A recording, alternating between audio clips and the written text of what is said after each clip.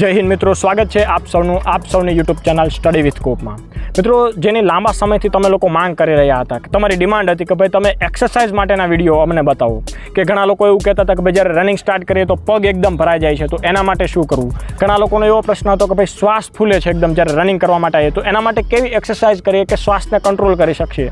घणा लोकोनो एवो प्रश्न हतो कि भाई चेस्ट माटेनी कोई एक्सरसाइज सजेस्ट करो, पण मित्रों बीजी शेड्यूलनी वच्चे आ एक्सरसाइज माटेनो विडियो शूट नहोतो थई शक्यो, એટલે મેં તમને કીધું હતું કે જેવો મને સમય મળશે એટલે હું આ બાબતે એક વિડીયો બનાવીશ અને મૂકીશ। તો મિત્રો આજે એ સમય આવી ગયો છે કે આજના વિડીયોની અંદર આપણે સૌથી પહેલાં બિફોર રનિંગ એક્સરસાઇઝની વાત કરીશું। ત્યાર પછી ખાલી વાત નથી કરવાના મિત્રો, આપણે કરીને પણ બતાવવાના છીએ। ત્યાર પછી આપણે બતાવીશું કે ભાઈ આફ્ટર રનિંગ એક્સરસાઇઝ, બરાબર ને। એટલે આ એક્સરસાઇઝના તમને હમણાં હું વિડીયો બતાવું છું। અને ત્યાર પછી એક ખાસ વસ્તુ મિત્રો કે જ્યારે તમે ગ્રાઉન્ડ પર રનિંગ કરવા માટે આવો છો ત્યારે બોડીને તમારે વોર્મઅપ કરવાનું રહેશે, બરાબર। કે તમે માની લો કે આજે 3 કિલોમીટર કે 2 કિલોમીટર જે પણ દોડવાનો છો, તમારી જે પેસથી દોડવાનો છો, તો શરૂઆતમાં તમે જેટલી સ્પીડથી ચાલો એના કરતાં હલકી સ્પીડ વધારે રાખીને 3-4 મિનિટ સુધી એકદમ સ્લો રનિંગ કરો, સાવ સ્લો મિત્રો। કે કદાચ કોઈ વધારે સ્પીડમાં ચાલતું આવે ને તો એને બે તમે સરખા હોવ એ રીતે તમારે વોર્મઅપ કરવા માટે 2-3 મિનિટ દોડવાનું રહેશે। ત્યાર પછી તમારે જે બિફોર રનિંગ એક્સરસાઇઝ છે તો એ કઈ રીતે કરવાની છે તો એ આપણે આપણા મિત્રો પાસે જઈએ કે જે લોકો તમને એક્સરસાઇઝ કરીને બતાવશે। અને એક્સરસાઇઝના નામ સાથે કે ભાઈ તમે જ્યારે શરૂ કરો છો ત્યારે પહેલાં આપણે સ્ટ્રેચિંગ એક્સરસાઇઝથી શરૂ કરશું। તો સૌથી પહેલાં વાત કરીએ બિફોર રનિંગ એક્સરસાઇઝની, બરાબર છે। આખી રાતના આરામ પછી મિત્રો આપણા મસલ જે હોય એકદમ જામ થઈ ગયેલા હોય છે, એટલે સવારે જ્યારે તમે રનિંગ કરવા જાઓ ને ડાયરેક્ટ રનિંગ કરવાનું ચાલુ કરી દો તો તમારા મસલની અંદર ઇન્જરી આવવાની પોસિબિલિટી છે। એટલે આ ઇન્જરીને અવોઇડ કરવા માટે મિત્રો આપણે બિફોર રનિંગ એક્સરસાઇઝ કરવાની હોય છે કે જેનાથી આપણા મસલ હોય એ થોડા ખુલી જાય। એટલે બિફોર રનિંગ એક્સરસાઇઝ કરો એના પહેલાં પણ જો તમે 4 થી 5 મિનિટ જેવું એકદમ સ્લો સ્પીડમાં રનિંગ કરો, આપણે જેમ ચાલતા હોય એમ જ આ વિડીયોની અંદર તમને આગળ દેખાશે। તો પહેલાં ગ્રાઉન્ડની અંદર જેમ તમે એ રીતે રનિંગ કરો અને પછી તમે બિફોર રનિંગ એક્સરસાઇઝ કરો તો એ વધારે ઇફેક્ટિવ થશે।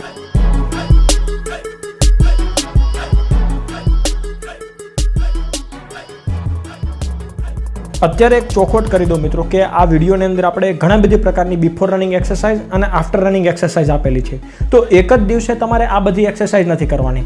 કોઈ પણ સિલેક્ટિવ એક્સરસાઇઝ કે ભાઈ લેગ માટે આ 2 એક્સરસાઇઝ હું કરીશ અને પછી દોડા પછી આ 2 એક્સરસાઇઝ હું કરીશ, તો એ કોઈ પણ તમે 2 એક્સરસાઇઝ પસંદ કરી શકો છો। રોજે આવીને તમે જો આ બધી એક્સરસાઇઝ કરશો તો પછી તમને જે મસલ પેઇન થવા લાગશે, આપણે જે સ્નાયુઓ તણાય એના લીધે, કેમ કે તમે એની પાસેથી વધારે કામ લો છો। એટલે કોઈ પણ તમારે સિલેક્ટિવ એક્સરસાઇઝ જે છે એ કરવાની છે, પણ અહીં આપણે તમામ પ્રકારની એક્સરસાઇઝ બતાવીએ છીએ। તો એમાં સૌથી પહેલી એક્સરસાઇઝ છે કે જે અમને તાલીમમાં કરાવતા હતા, તો અમે આને કહેતા હતા સાઇડ જમ્પ। તો આની અંદર મિત્રો ખાસ તમારે સમજવાનું છે કે જ્યારે તમે જમ્પ લગાવો છો ત્યારે તમારા પગની મૂવમેન્ટ છે આ વિડીયોની અંદર હમણાં આગળ તમને દેખાશે, તો એકદમ પંજા ઉપર જમ્પ લગાવવાના છે। પહેલાં તમારો પંજો પડવો જોઈએ। તો જુઓ મિત્રો, આગળ વિડીયોની અંદર તમે જોશો એટલે તમને પ્રોપર ખ્યાલ આવશે।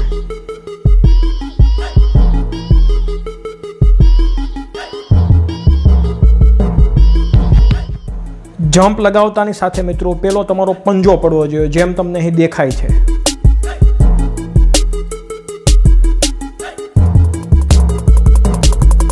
તો મિત્રો ત્યાર પછીની એક્સરસાઇઝ છે એ છે ઉપર તાળી। તો સેમ મિત્રો આ પણ આપણે લેગની એક્સરસાઇઝ છે, જેમ સાઇડ જમ્પ હતી કે તેમાં તમે જમ્પ લગાવો તો પહેલાં પંજો પડવો જોઈએ, તો ઉપર તાળી લગાવતી વખતે પણ તમારે મિત્રો પહેલાં પંજો પડવા દેવાનો છે। આ બંને એક્સરસાઇઝ મિત્રો પગની છે, આનાથી તમારે પગની જે સ્ટ્રેન્થ છે એ વધશે। તમારે જ્યારે સ્પ્રિન્ટ મારવાની હશે ત્યારે તમારા પગની અંદર કોઈ મસલ પેઇન નહીં થાય, તો ખાસ એના માટે તમારે આ એક્સરસાઇઝ કરવાની હોય છે। તો કોઈ પણ વ્યક્તિ છે તો આ બંનેમાંથી કોઈ એક એક્સરસાઇઝ કરે તો પણ ચાલે, પણ કરતી વખતે તમારે ખાસ ધ્યાન રાખવાનું છે કે તમારો પગનો પંજો પહેલાં પડવો જોઈએ।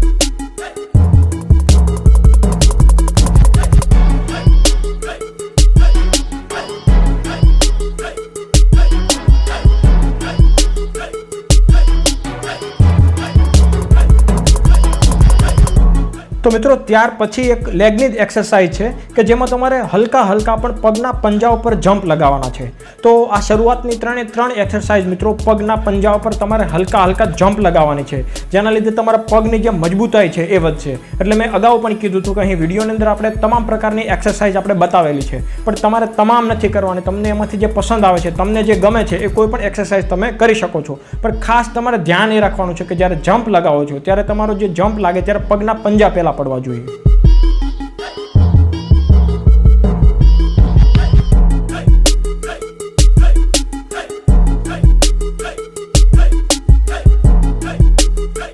અને ત્યારબાદ રનિંગ કરતાં પહેલાં મિત્રો તમારા જે પગની અંદર સાથળ પાસેના જે સાંધાઓ હોય છે તો એને રિલેક્સ કરવા માટે એક એક્સરસાઇઝ છે કે જે તમે રનિંગ શરૂ કરો એના પહેલાં એક વખત કરી લો તો તમારા પગ એકદમ ખુલ્લા થઈ જાય છે અને પછી તમે રનિંગ કરવા માટે તૈયાર થાઓ છો.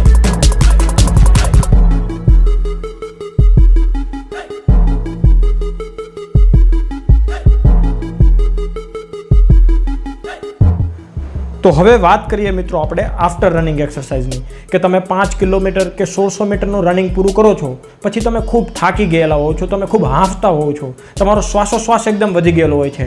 એટલે આફ્ટર રનિંગ એક્સરસાઇઝમાં મિત્રો આપણે એવી એક્સરસાઇઝ કરશું જે તમારા શ્વાસોશ્વાસને ધીરો કરે કે તમને રિલીફ આપે એવી એક્સરસાઇઝને આપણે આફ્ટર રનિંગ એક્સરસાઇઝમાં લીધી છે. તો સૌથી પહેલાં તો તમારું રનિંગ પૂરું થાય એટલે તમારે તરત ઊભું નથી રહી જવાનું, થોડુંક ચાલવાનું છે, બરાબર છે. તમે જેમ ચાલતા હોય એ સ્પીડે તમારે ચાલવાનું છે અને ત્યાર પછી તમે આફ્ટર રનિંગ એક્સરસાઇઝમાં આ એક્સરસાઇઝ કરી શકો છો જે તમને દેખાશે હવે.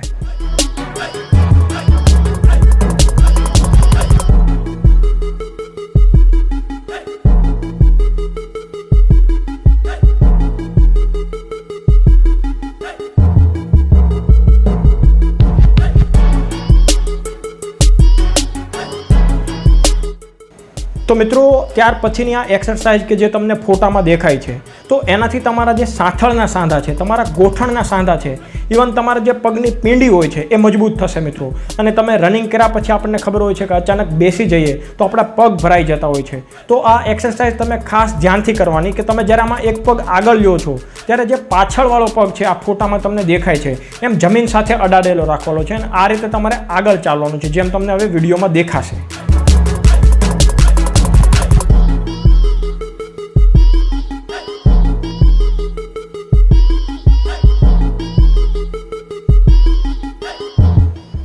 મિત્રો ત્યારબાદ વાત કરીએ એવી એક્સરસાઇઝની કે જે ગ્રાઉન્ડની અંદર લગભગ સૌથી વધુ કરાતી હોય છે. ગ્રાઉન્ડની અંદર તમે ચારે બાજુ નજર કરો તો કોઈનું કોઈ ક્યાંક ને ક્યાંક પતંગિયું બનીને જ બેઠેલું હોય છે. તો આ એક્સરસાઇઝથી મિત્રો તમને રનિંગ કર્યા પછી તમારા પગને એકદમ રિલેક્સ થાય છે. તો આ એક્સરસાઇઝ તમને આ વિડીયોમાં આગળ દેખાશે હવે.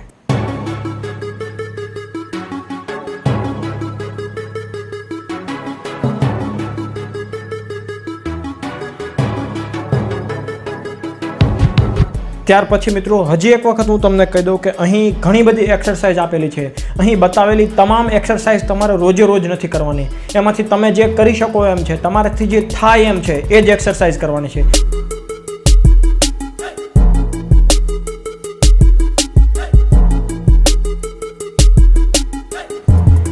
ઘણા લોકોના મને મેસેજ આવતા હતા કે સર ચેસ્ટ નથી થતી, ચેસ્ટ વધારવા માટે તમે કોઈક એક્સરસાઇઝ સજેસ્ટ કરો. તો મિત્રો પુશઅપ એ બેસ્ટ એક્સરસાઇઝ છે ચેસ્ટ વધારવા માટે. તો પુશઅપ તમારે કઈ રીતે કરવાના છે કે માની લો કે તમારી કેપેસિટી છે તે 20 પુશઅપ લગાવવાની છે તો તમારે એકી સાથે 20 લગાવીને ઊભું નથી રહી જવાનું. પુશઅપ્સ મિત્રો તમારે 3ના સેટમાં મારવાના છે કે માની લો કે તમે 20 કરી શકો છો તો તમારે 20 એક સાથે નથી કરવાના. પહેલો સેટ તમે 10 પુશઅપ્સનો મારો, ત્યાર પછી તમે 30 સેકન્ડ અથવા તો 45 સેકન્ડ જેવો બ્રેક લઈને બીજો સેટ મારો, એમાં તમારે 15 પુશઅપ લગાવવાની ટ્રાય કરવાની છે, બરાબર છે. અને ત્યાર પછી ફરીથી 1-1.5 મિનિટનો બ્રેક લઈ અને 15 કરતાં મિત્રો તમે વધારે પુશઅપ લગાવવાની ટ્રાય કરશો, બરાબર. તમારાથી લાગી જાય તો ખૂબ સારું કહેવાય પણ તમારે પ્રયત્ન કરવાનો છે. એટલે આવી રીતે મિત્રો તમે 3ના સેટમાં કરશો તો પહેલી વખત 10 ને 15, બીજી વખતમાં ટોટલ 25 અને પછી તમારે જેટલા થાય, માની લો કે 10 બી થાય તો તમારે ટોટલ 35 જેટલા પુશઅપ થશે. એટલે જ્યારે તમે આ ચેસ્ટ માટે આ એક્સરસાઇઝ કરો છો ત્યારે તમારે મેક્સિમમ પુશઅપ લગાવવાની કોશિશ કરવાની છે. અને મેક્સિમમ પુશઅપ મિત્રો આ રીતે તમે 3ના સેટમાં લગાવશો તો જ થશે. કઈ રીતે કરવાના છે હું તમને બતાવું. અને ખાસ તો તમે હાથ જેટલા નજીક રાખશો એટલી તમારે ચેસ્ટ પર એની ઇમ્પેક્ટ વધારે આવશે.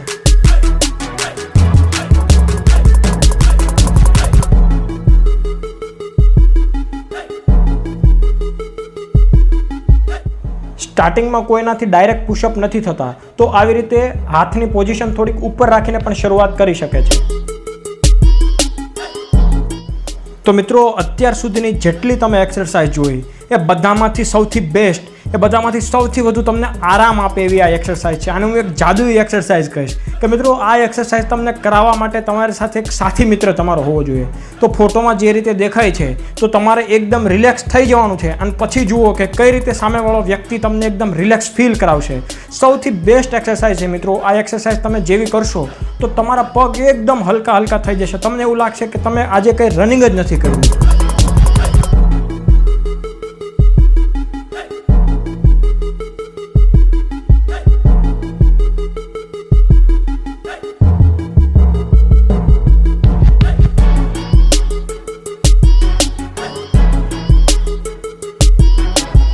ત્યાર પછીની અગત્યની એક્સરસાઇઝ છે મિત્રો સિટઅપ લગાવવાની, કે જે આપણે સૂતા સૂતા કરવાની છે.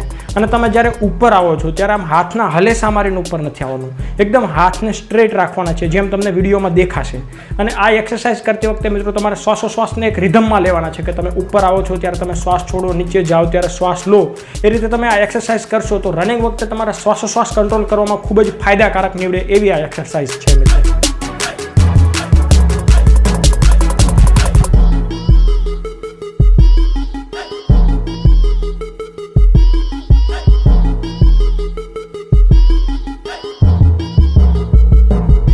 ત્યાર પછી મિત્રો આ વિડીયોની અંદર આપણે જે છેલ્લી એક્સરસાઇઝ કરવાના છીએ તો એ લગભગ તમામ લોકોએ, જે લોકો પોલીસ ભરતીની તૈયારી નહીં કરતા હોય, જે લોકો દોડની તૈયારી નહીં કરતા હોય, એને પણ એના જીવનમાં ક્યારેક ને ક્યારેક કરેલી જ હશે.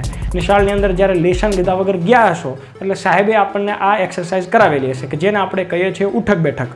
એટલે મિત્રો આ ઉઠક બેઠક કરતી વખતે આપણે ખાસ એક એ વસ્તુનું ધ્યાન રાખવાનું છે કે જ્યારે આપણે બેસીને ઊભા થઈએ છીએ તો એ સમયે આપણે કોઈ હલેસા મારવા નથી, હાથને એકદમ સ્ટ્રેટ રાખવાના છે અને આખું બેસવાનું પણ નથી. શક્ય હોય તો તમારે કહેવાય ને કે 70 થી 80% જેટલું બેઠવાનું છે. આ વિડીયોની અંદર તમને જે દેખાય છે એ રીતે તમારે એક્સરસાઇઝ કરવાની રહેશે.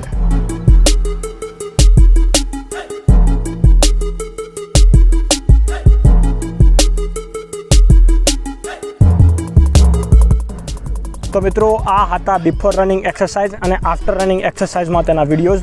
તો મિત્રો આમાં ઘણી બધી પ્રકારની એક્સરસાઇઝ આપેલી છે, તો દરરોજ તમારે બધી એક્સરસાઇઝને ફોલો કરવાની નથી. બાકી તો તમે પેઇન રિલીફ માટે તમે એક્સરસાઇઝ કરશો, પણ તમારા મસલ પેઇન આનાથી શરૂ થઈ જશે જો તમે રોજે એટલી બધી એક્સરસાઇઝ 2-3 સેટમાં કરશો તો. એટલે તમે જે એક્સરસાઇઝ કરવા માટે કમ્પેટેબલ છો, જે એક્સરસાઇઝ કરવી તમને પસંદ છે, એ એક્સરસાઇઝ તમારે સિલેક્ટ કરીને કરવાની છે. જે લોકો ઓવરવેઇટ છે તો એમના માટે આપણે જે શરૂઆતમાં એક્સરસાઇઝ બતાવી છે, જે સાઇડ જમ્પ છે, ઉપર તાળી છે, જમ્પિંગ છે, આ સિવાય પણ મિત્રો જે દોરડા આપણે જે સ્કીપિંગ કહેવાય છે કે દોરડા કૂદવાની, આ એક્સરસાઇઝ એમના માટે વધારે બેનિફિટ કરતી હોય છે. ચેસ્ટ માટે જે આપણે પુશઅપ્સની એક્સરસાઇઝ બતાવેલી છે તો એ એક્સરસાઇઝ કરવાથી પણ તમને ખૂબ ફાયદો થશે. એટલે તમે જ્યારે રનિંગ સ્ટાર્ટ કરો છો તો એ પહેલાં તમને જે રીતે બતાવેલી છે અને રનિંગ પછી તમારે આફ્ટર રનિંગ એક્સરસાઇઝ બતાવેલી છે એ રીતે કરશો તો ચોક્કસથી તમને રનિંગની અંદર ખૂબ ફાયદો થશે મિત્રો. જય